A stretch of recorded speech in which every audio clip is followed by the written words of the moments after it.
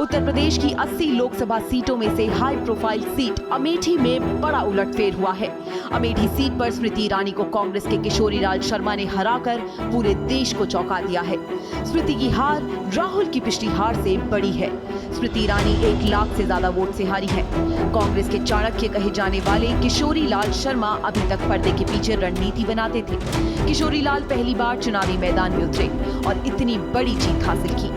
पहली बार में उन्होंने भाजपा की मजबूत कैंडिडेट स्मृति ईरानी को हराकर खुद को सच में चाणक्य साबित कर दिया है। वहीं स्मृति ईरानी ने केएल शर्मा को शुरू से आखिरी तक हल्के में लिया, लेकिन राहुल प्रियंका ने जो स्ट्रैटेजी बनाई वो आखिर कामयाब रही। राजनीति के जानकारों की माने तो 5 साल में स्मृति ने लोगों का भरोसा खो दिया।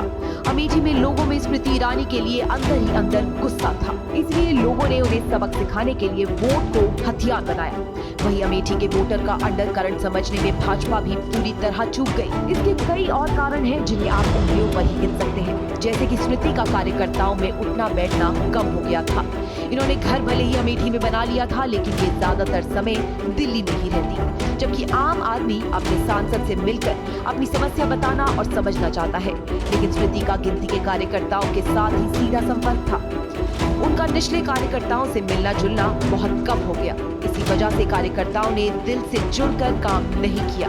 वैसे तो अमेठी कांग्रेस की परंपरागत सीट रही है। राजीव गांधी, सोनिया, राहुल सभी यहां से जीतकर संसद तक पहुंचते रहे हैं। साल 1999 से लगातार अमेठी में गांधी परिवार के सदस्य ही जीत रहे थे, लेकिन 2019 के हवा का रुख बदला और इस जीत पर ब्रेक लगा। केंद्रीय मंत्री स्मृति ईरानी ने 55,000 वोट से चुनाव जीतकर राहुल गांधी को मात दी। इस जीत ने स्मृति ईरानी का कद काफी बढ़ा दिया। 5 साल में उन्होंने इंफ्रास्ट्रक्चर और एजुकेशन के लिए काम किए। अमेठी में अपना घर भी बनाया, मगर लोगों के दिल में घर नहीं बना सकी।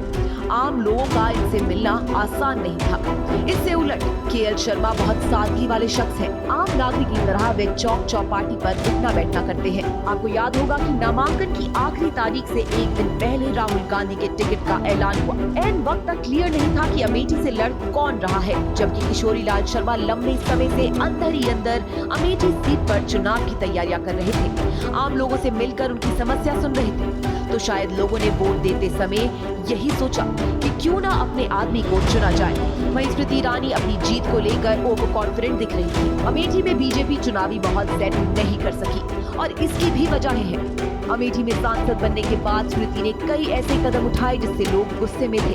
पहली बार अमेठी के संजय गांधी अस्पताल को बंद कराने के बाद लोगों में गुस्सा दिखा था।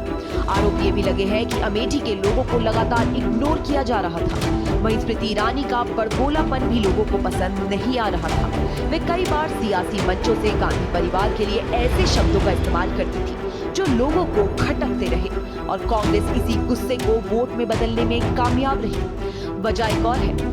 गांधी परिवार का कोई उम्मीदवार नहीं उतारे जाने के बाद भी प्रियंका गांधी ने अंत तक प्रचार का जिम्मा संभाला। वे चुनाव प्रचार के आखिरी 20 दिन तक अमेठी में डटी रही। प्रियंका गांधी अमेठी के लोगों के बीच पहुंचती रही, महिलाओं को गले लगाकर दिल के रिश्ते की बात कहती। प्रियंका मंच के द्वारा भी लोगों से सीधे कनेक्ट करती थी। लोग इन्हीं बातों से जुड़ते चले गए।